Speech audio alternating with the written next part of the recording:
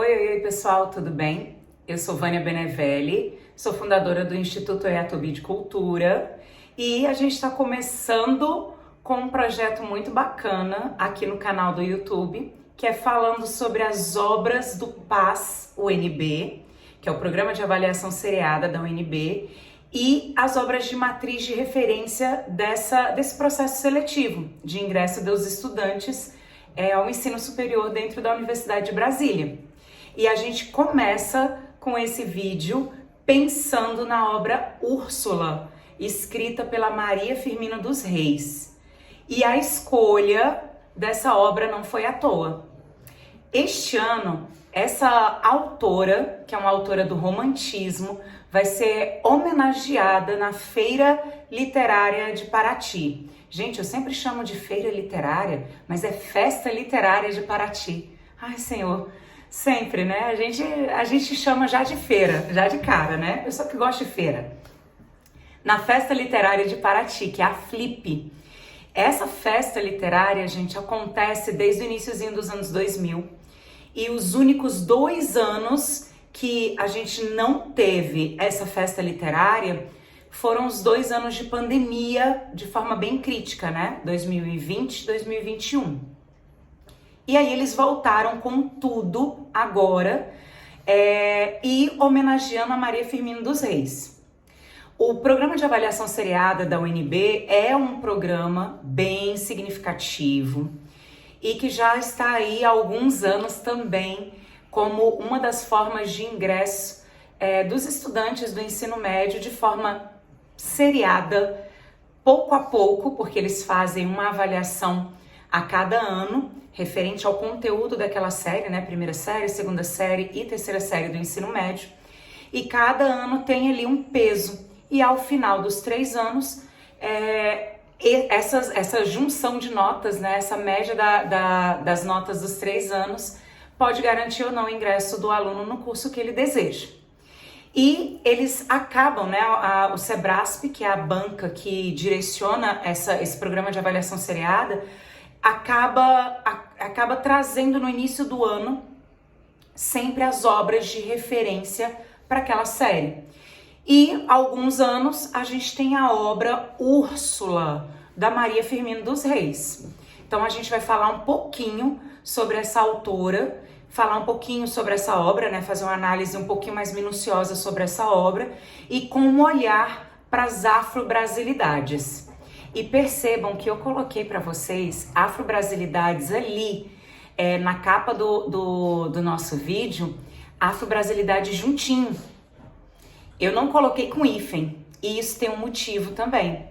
Quando a gente pensa, por exemplo, eu como pesquisadora na área de linguística, quando a gente pensa na relação Brasil e África aí nessa história, o que aparece? É uma relação mais do que intrínseca. Não só historicamente, mas no processo de construção da nossa brasilidade.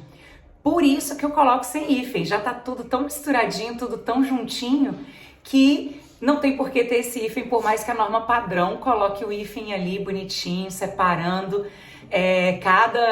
cada base, né, cada radical certinho nessa história. Eu prefiro colocar junto para mostrar que a gente está realmente junto, misturado nessa história toda, ok? Mas vamos falar já direto dessa obra aí.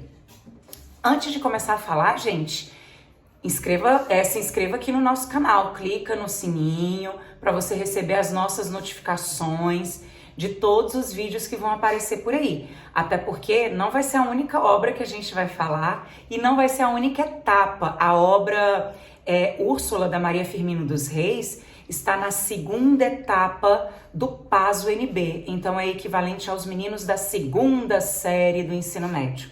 Então clica no sininho, compartilha o vídeo com quem vocês conhecem aí e que porventura esteja fazendo a prova do PAS, ok? Fazendo o PAS aí bonitinho. Vamos lá? Podemos? Primeiro ponto, a gente precisa falar quem é a Maria Firmina dos Reis. Gente, olha só. Pesquisando a história da Maria Firmina dos Reis, o que a gente encontra? O primeiro aspecto é que ela de fato nasceu ali em meados de 1800 viveu durante muito tempo, ela morre em 1917, com 92 anos. E isso ainda bem que ela demorou, ela viveu bastante e demorou para falecer, porque as obras dela começaram a ganhar um pouquinho mais de visibilidade, não quando ela publicou, mas sim mais lá para frente. E a gente vai entender o motivo disso também. Existem poucos dados sobre a pesquisadora, sobre a escritora Maria Firmina dos Reis. Ela se consagra como uma escritora do romantismo brasileiro. E se a gente parar para pensar, todo o processo de construção do romantismo no Brasil, a gente tem escritores, homens. E é um movimento literário que mostra um crescimento da burguesia no nosso país. Então a gente tem no iniciozinho aí do século XIX a família real no cenário brasileiro, junto com isso uma expansão do universo cultural, principalmente uma literatura de folhetim para o público feminino burguês. E isso não reflete em publicação de escritoras, e sim publicação de escritores. Dentre eles, o próprio José de Alencar como um dos maiores representantes da prosa romântica.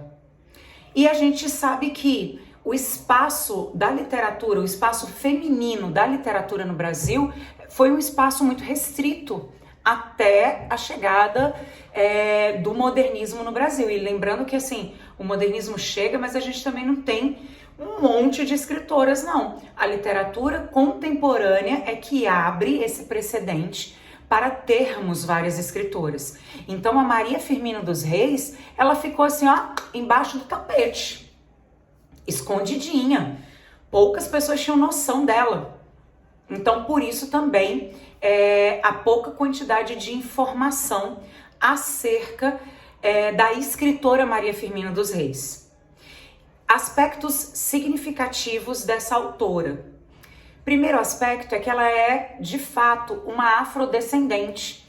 Ela, segundo a pesquisa que a gente tem, que alguns autores, em especial da UFMG, acabam relatando em arquivos, né, em artigos científicos também, ela é filha de uma pessoa branca, um homem branco, com uma mulher negra alforriada. Então, olha o cenário já construindo aí para Maria Firmina dos Reis. E então, ela é uma afrodescendente. E ela é a primeira mulher no Brasil, assim, de modo geral, a escrever uma prosa romântica. E com o olhar, de fato, de ser uma representante negra nesse cenário. Se a gente parar para pensar, os escritores negros não tiveram espaço cativo dentro da literatura. A gente pode pensar isso com Lima Barreto, por exemplo. A gente pode pensar isso com o próprio Machado de Assis, que foi embranquecido, vamos colocar assim, né? Durante várias fotografias, vários cenários, porque não se cogitava a hipótese de um autor tão inteligente, tão fenomenal, ser um homem negro ou um descendente de escravizados. Então, esse é o cenário racista do século XIX, do século XX no Brasil. Imagina isso para uma mulher. Olha a construção desse contexto discursivo, desse contexto social. Então não se esperava jamais que uma mulher negra fosse escritora. Então, já começa por aí. E isso acaba justificando também o fato dela, na primeira edição do livro, assinar como uma maranhense. Simples desse jeito, uma maranhense. Tempos depois é que, de fato, a autoria passa a ser para ela. Que ela vai lá e fala, olha, essa uma maranhense aí sou eu, prazer. Coloca meu nomezinho aí, por gentileza. E o que é interessante de se pensar também é que ela foi a primeira mulher funcionária pública. para professora, para o cargo de professora. Então ela estudou, é uma mulher que tinha uma visão à frente do tempo dela. E isso acaba se comprovando também no próprio enredo de Úrsula. A gente vai falar do enredo mais à frente, alguns aspectos desse enredo, não dando todos os spoilers, mas com spoiler sempre, né?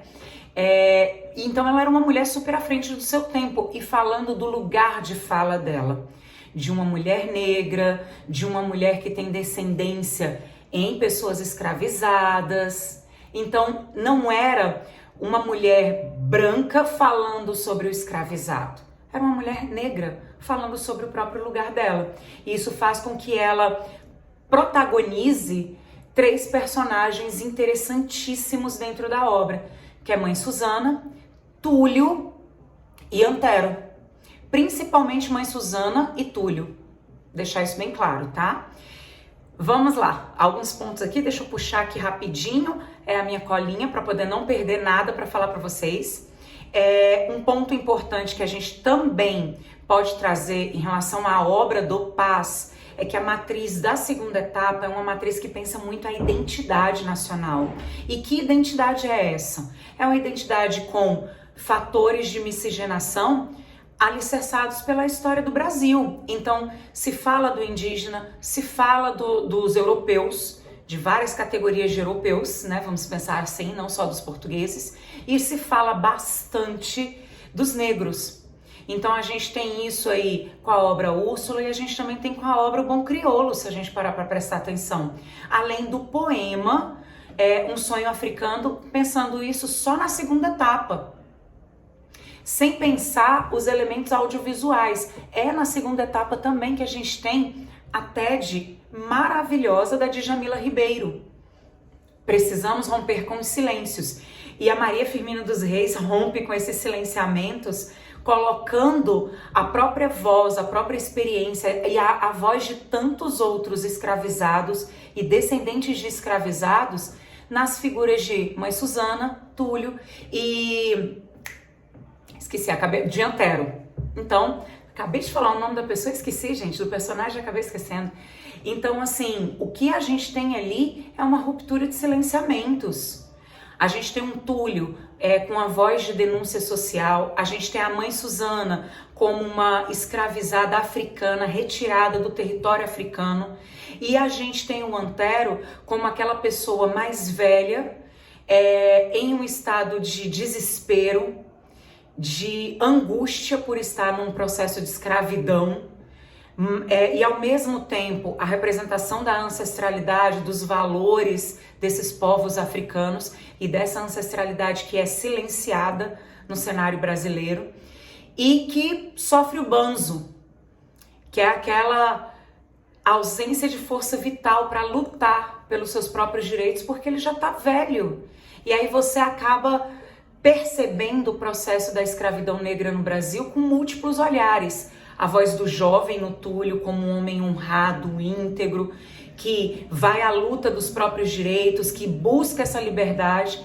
A voz de Mãe Susana mostrando todas as mazelas, todas as dores dela, que foi retirada do território africano, afastada do esposo, afastada dos filhos, e ao mesmo tempo sem esperança nenhuma de liberdade e questionando qual é o conceito de liberdade, que eu acho que é o mais viável da gente pensar, porque a abolição da escravatura, ela não foi libertadora socialmente, ela pode ter sido uma lei que legitima o fim da escravidão no Brasil, mas socialmente a gente ainda teve muitos escravizados que permaneceram no lugar onde eles estavam, sendo ainda escravizados porque eles não tinham para onde ir. E a Mãe Susana consegue colocar isso muito bem. Já o Antero consegue deixar claro aquilo que é a dor de ter vivido a vida toda escravizado e de não ter esperança de um mundo melhor, de uma vida melhor. Então a gente tem os múltiplos olhares aí da própria escravidão negra no Brasil.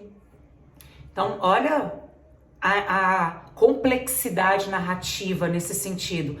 Os personagens, eles não têm uma profundidade psicológica, uma complexidade psicológica como a gente espera de um personagem redondo, né? Que ele se modifica no meio do processo, que ele transcende, que ele tem epifanias. A gente não tem isso, mas a complexidade do texto narrativo escrito pela Maria Firmina dos Reis nos faz pensar por que essa obra ficou tanto tempo engavetada, tanto tempo escondida. Uma obra que tem, assim, uma projeção de análise crítica infindável. Infindável. E o mais interessante, né? A gente olha para essa prosa e o que fica em voga, sem dúvidas, é pensar nessa prosa como condoreira. Só que a gente precisa lembrar que o romantismo no Brasil, poesia, teve 3 gerações aí, né? 3 fases, e que a última fase é que foi condoreira. Poesia. Na prosa, a gente não teve uma classificação clássica, né, assim, canônica, como a gente chama, de uma prosa condoreira. E aí tem pesquisadores que falam que está muito mais para uma vertente gótica devido a determinados personagens, em especial a relação entre o tio de Úrsula e Tancredo. Nossa, agora parei, porque até então eu estava falando da obra Úrsula, mas não tinha mencionado a Úrsula, né? Eu falei de Mãe Susana, falei de Túlio e falei de Antero. Mas por que diabo o nome da obra se chama Úrsula se esses 3 personagens são tão centrais, né? Protagonistas. Gente, é uma obra romântica, então traz traços da idealização, do sentimentalismo, do misticismo também, de elementos místicos aí, não tem como a gente não falar nesse sentido, e ao mesmo tempo de uma vertente que eu acho que é muito interessante, que se assemelha com essa prosa gótica devido ao desfecho trágico do assassinato de Tancredo, por conta da obsessão do tio da Úrsula com relação a ela, e aí Tancredo e Úrsula com aquela história de amor impossível, ela pobre, ele rico, tentando ficar junto e acabam não ficando juntos. Então a gente tem ali aquele cenário romântico em voga, por isso o título Úrsula, porque eram as influências daquele momento, mas as vivências de Maria Firmina dos Reis faz com que a gente tenha uma complexidade na construção do enredo, a ponto da gente olhar para os 3 personagens escravizados com muito mais ênfase do que para a protagonista, entre aspas, aí, que é a Úrsula. Então a gente começa a falar assim, quem é a Úrsula na fila do pão nesse enredo?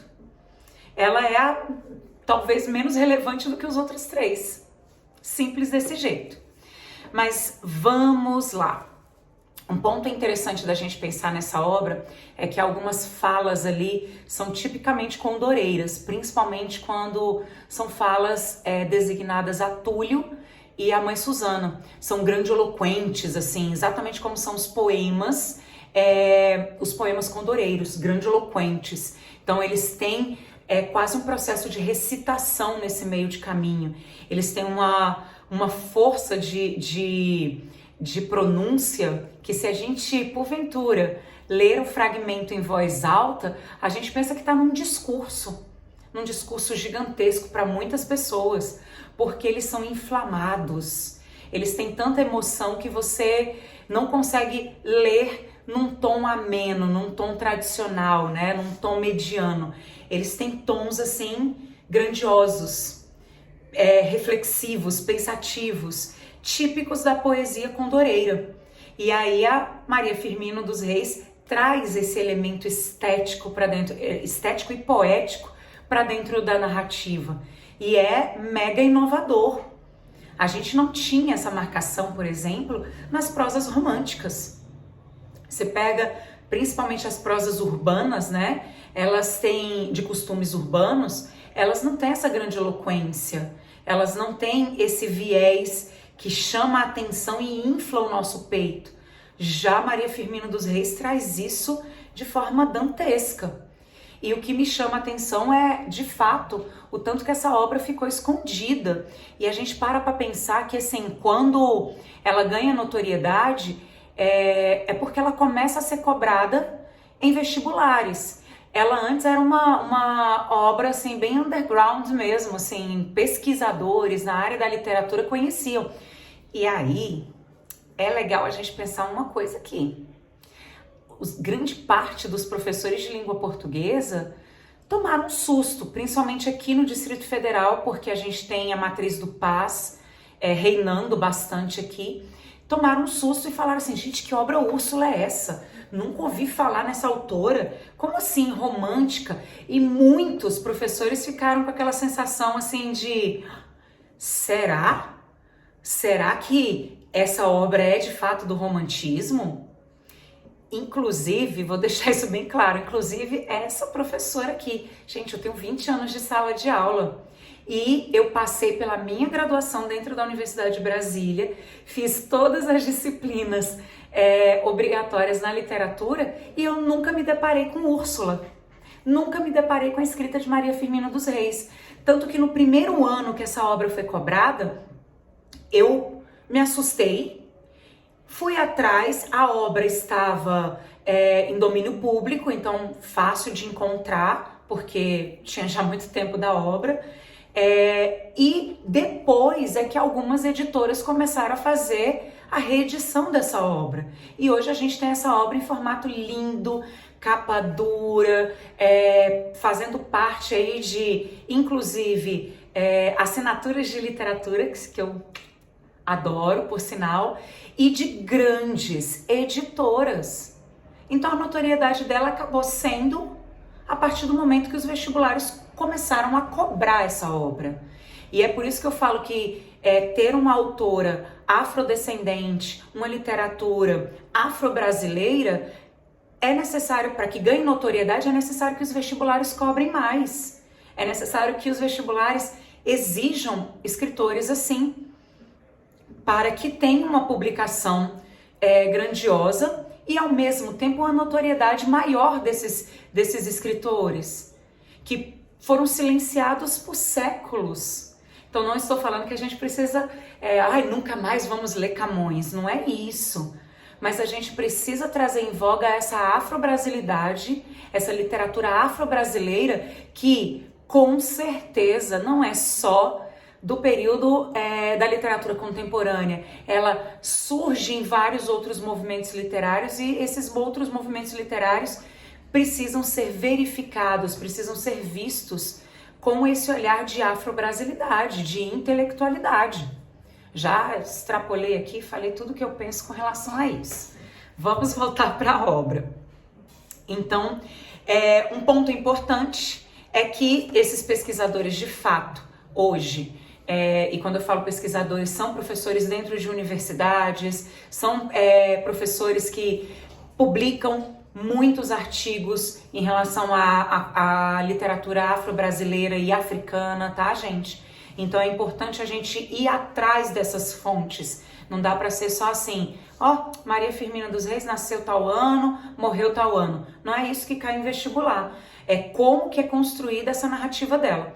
E aí esses professores pesquisadores trazem em voga a perspectiva dela ser, da Maria Firmina dos Reis ser a primeira autora, de fato, afro-brasileira, afrodescendente, produzindo uma literatura afro-brasileira, num cenário em que as mulheres estavam invisibilizadas e, ao mesmo tempo, invisibilizadas por não se aceitar mulheres escritoras e, no caso dela, uma mulher negra. Tandã, né? Sim, descobrimos a roda nessa hora. Então, a gente tem aí uma autora que, de fato, fala do lugar dela, do lugar de fala dela. Vamos pegar essa fala da Djamila, do lugar de fala dela. Então a gente precisa olhar com muito carinho, com muita criticidade para isso. É diferente de quando você tem um escritor branco escrevendo sobre o negro. Ela não, ela escreveu sobre o cenário que ela vivenciou, o cenário que ela participa, a história que ela presentifica dentro da narrativa de Úrsula. Isso é bem bonito da gente ver. Com relação à obra em especial, dentro do enredo da obra, a gente tem aí o Antero com essa voz da ancestralidade, da sabedoria e ao mesmo tempo da resiliência. Eu não sou muito fã dessa expressão resiliência, mas nesse caso ela se encaixa super bem, porque ele é aquela resistência até o último limite de que nada vai mudar. E aí ele nem se movimenta para poder questionar quais são os direitos dele, para poder abrir mão dos valores, abrir mão da situação que ele vive e combater a favor dos valores que ele tem arraigados na própria natureza.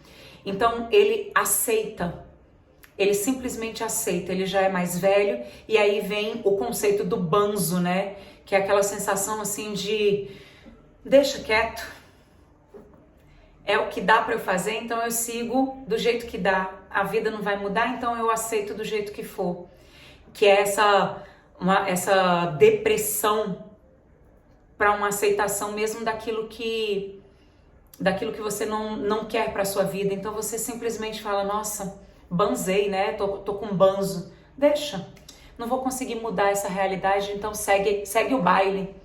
E ele mostra isso de forma muito dolorosa. E isso faz com que a gente não crie raiva dele, porque ele acaba indo pro alcoolismo. Não, a gente não cria raiva, a gente entende a dor dele e o processo de fuga desse personagem. Característica também do romantismo, né? Essa fuga da realidade, que no caso dele a fuga da realidade acaba culminando nesses desfechos mais trágicos da vida dele. Mãe Susana, com a representação dessa africana escravizada, e ela traz o dolorido da vida dela de forma gigantesca, por ter deixado a família, por ter visto a própria filha também sendo escravizada, por ter sido afastada da terra natal dela, do sonho, a vontade dela de voltar para a terra dela mesmo, né, de voltar para a África em si. E tem uma fala dela, eu até separei, vou ler agora para vocês. Tem uma fala dela que me chama muita atenção, muita atenção. A gente tem ali, mais pro finzinho do livro, depende da edição que vocês têm, né? Então, depois da página 100, a gente tem aí uma fala dela que dói, e é uma fala de desabafo. É uma fala em relação ao tráfico negreiro, ao navio negreiro, que Castro Alves, por exemplo, demonstrou lindamente no poema Navio Negreiro, e que aqui ela traz a narrativa que mostra essa mazela inteira, né? Dava-nos água imunda, podre e dada com mesquinhez, dada assim do tipo, tô te fazendo um favor, né? A comida má e ainda mais porca. Vimos morrer ao nosso lado muitos companheiros à falta de alimento e de água. É horrível lembrar que criaturas humanas tratem a seus semelhantes assim, e que não lhes doa a consciência de levá-los à sepultura asfixiados e famintos. Gente, esse trecho é dolorido, é mega dolorido. A gente não tem noção do que era o espaço de Navio Negreiro. A gente tem uma ideia pelas imagens que foram pintadas, por aquilo que é mostrado desse jeito dentro do texto, né? Mas a gente não tem noção do que é você ficar ali amarrado dias, meses, atravessando o Oceano Atlântico, muitas vezes sem roupa, desejando morrer, porque você não tem noção do que vai acontecer com sua vida, em ansiedade profunda, em saudade absurda, com vários grupos étnicos da África, porque a África é uma multiplicidade cultural gigantesca, sem comida, sem água, sem dignidade, sem integridade, sem respeito e sem nenhum tipo de esperança, que eu acho que é o que ainda a gente traz à tona aí.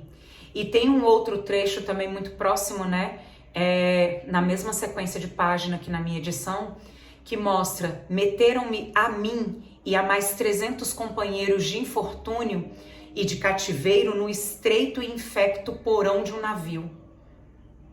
300 colados. Gente, não tinha banheirinho não, tá? É interessante a gente pensar até nisso. Muitos morriam por essa falta de saneamento, falta de higiene, sabe? Imagina, onde come é onde você defeca, é onde, se você não defeca, tem outro que tá ali do lado e defeca. Então, imagina o tanto que isso era fétido. Imagina a sensação de um porão de navio negreiro. Eu acho que é importante a gente trazer isso à tona, porque as pessoas não têm noção disso. Imagina o tanto que isso era fétido. E até para poder ampliar, isso não está na obra, mas para ampliar, quem se recusava a comer, eles davam pauladas.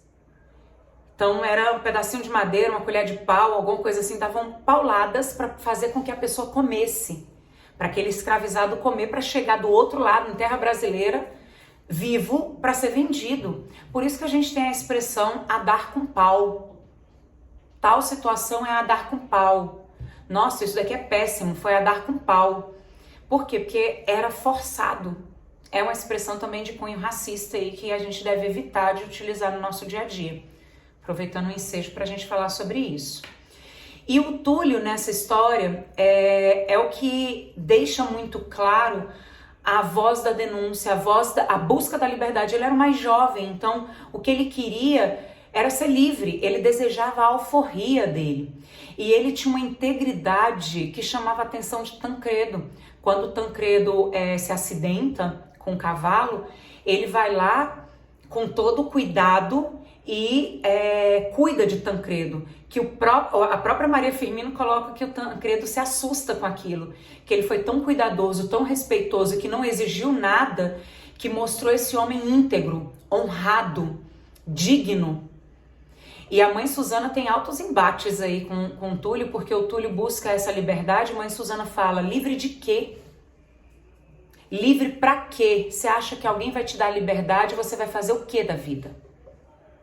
E aí faz a gente pensar, de fato, que a abolição da escravatura não gerou uma liberdade como a gente espera. Pode ter proibido o processo escravagista, mas a liberdade de você ir e vir para qualquer canto, de você ter direitos civis como qualquer outra pessoa, de escola, gente, isso não aconteceu. Isso não aconteceu. E a Maria Firmino dos Reis traz isso em vários momentos dentro do texto dela, dentro da obra dela. E o Túlio se indigna muito com isso, porque ele olha, por exemplo, principalmente pro Antero, e ele chama o Antero de covarde com isso, porque ele espera que as pessoas tenham fôlego de luta. Só que o Antero já tá naquele nível assim do tipo, cara, eu só quero morrer, eu não aguento mais. Então, assim, a gente para pensar que a gente tem, assim, de um lado a busca da liberdade e do outro a liberdade aparecendo só com a morte. E se tinha esse paradoxo, essa visão antitética totalmente dentro dos escravizados. Ou você acreditava no sonho de estar livre um dia, ou você se transformava em resiliente no sentido mais físico dessa palavra e aguentava esse jugo pesado que era ser o escravizado. E acabou. E aí o pano de fundo de toda a narrativa, sem sombra de dúvidas, é a história de amor entre Úrsula e Tancredo e o fim trágico de Tancredo, que é ser morto, ser assassinado. Então, o que é bacana da gente pensar nessa obra e como a UNB pode trazer nesse cenário aí, principalmente a UNB nessa segunda etapa, que busca essa identidade nacional, que busca essa relação de como que a gente percebe a nossa brasilidade, é em cima dessa formação do caráter, da dignidade desses personagens, ao mesmo tempo nas características românticas em si, né? a noção de triângulos amorosos que a gente tem ali. Então, a construção do triângulo amoroso como o amor infeliz, né? A história trágica que o romantismo é mais do que marcado nesse cenário. E ao mesmo tempo, assim, pequenos recortes psicológicos, em especial com a personagem Úrsula, mas isso não faz com que ela tenha uma complexidade e uma grande notoriedade como uma heroína romântica, como uma Iracema, como uma Lucília, como uma Aurélia. Não, ela não é essa marcação tão profunda como a gente tem em outros personagens em si. Então isso é importante da gente pensar, né? O que ela tem ali são os traços, de fato, do romantismo para essa protagonista. Então, a ideia de que ela se sacrifica em prol do outro, no caso dela, ela sacrifica em prol da mãe, esse amor que não é correspondido, as virtudes dela de não ceder, por exemplo, à possessão do tio. E aí tem um personagem que eu acho que também é muito legal da gente falar, gente, eu tava esquecendo de falar, já ia quase finalizar o vídeo e esqueci de falar dele, que é o Comendador, tá? Vamos deixar isso bem claro em relação ao Comendador. Ele é a representação mesmo, assim, do dono de escravos, do fazendeiro, da pessoa que detinha poder na sociedade brasileira do século XIX, e que acontecia, e que a lei nunca era contra ele. Então isso faz com que a Úrsula também ganhe uma notoriedade como essa heroína romântica aí, que também tudo se sacrifica, né? Então a gente tem essa marcação também muito bonita de se ver nesse sentido, porque ela é a heroína de sentimentos profundos, ela é a heroína que não vai contra os valores dela, então a gente percebe isso de forma muito intensa dentro da narrativa. Mas, como protagonista, assim, dona de toda a história, ela não ganha todo esse cenário, não. A gente tem que deixar isso mais segmentado. Eu queria pegar um trecho da Úrsula para poder mostrar para vocês, em especial, esse olhar dela de cuidar da mãe. E isso é mais no iniciozinho do livro, né, que a gente tem aí essa marcação. A gente tem assim: dias inteiros estava à cabeceira do leito de sua mãe, procurando com ternura, olha a descrição, romantismo é de descritivismos muito interessantes, né?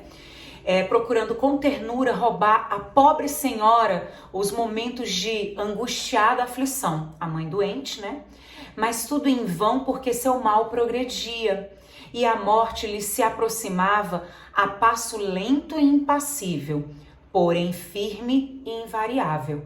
Então percebam que aqui a gente tem, só nesse trechinho, a gente tem duas características bem significativas românticas.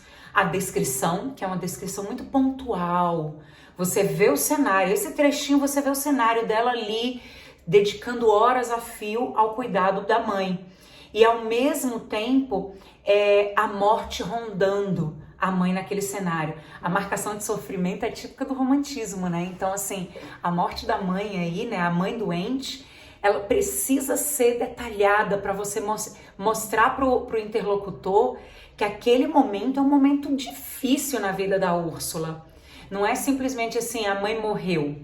Não, a mãe sofreu muito e a Úrsula sofreu em conjunto com a mãe, tentando livrar-lhe da dor que não tinha como, mas ela estava ali ajudando a mãe a carregar aquela bagagem de última viajante da vida.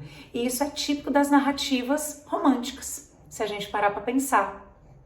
Uma descrição que nos envolve, que a gente sente a dor da Úrsula, o medo da Úrsula, a angústia da Úrsula e principalmente da mãe da Úrsula, e ao mesmo tempo a morte espreitando todos os ares, o que faz dessa narrativa mais gótica ainda, né? Se a gente parar para pensar um pouquinho, a gente tem a morte ali rondando o tempo todo os personagens, os fins trágicos de alguns personagens ali, e ao mesmo tempo a sofrência latente. Ser romântico é ser uma pessoa em sofrimento.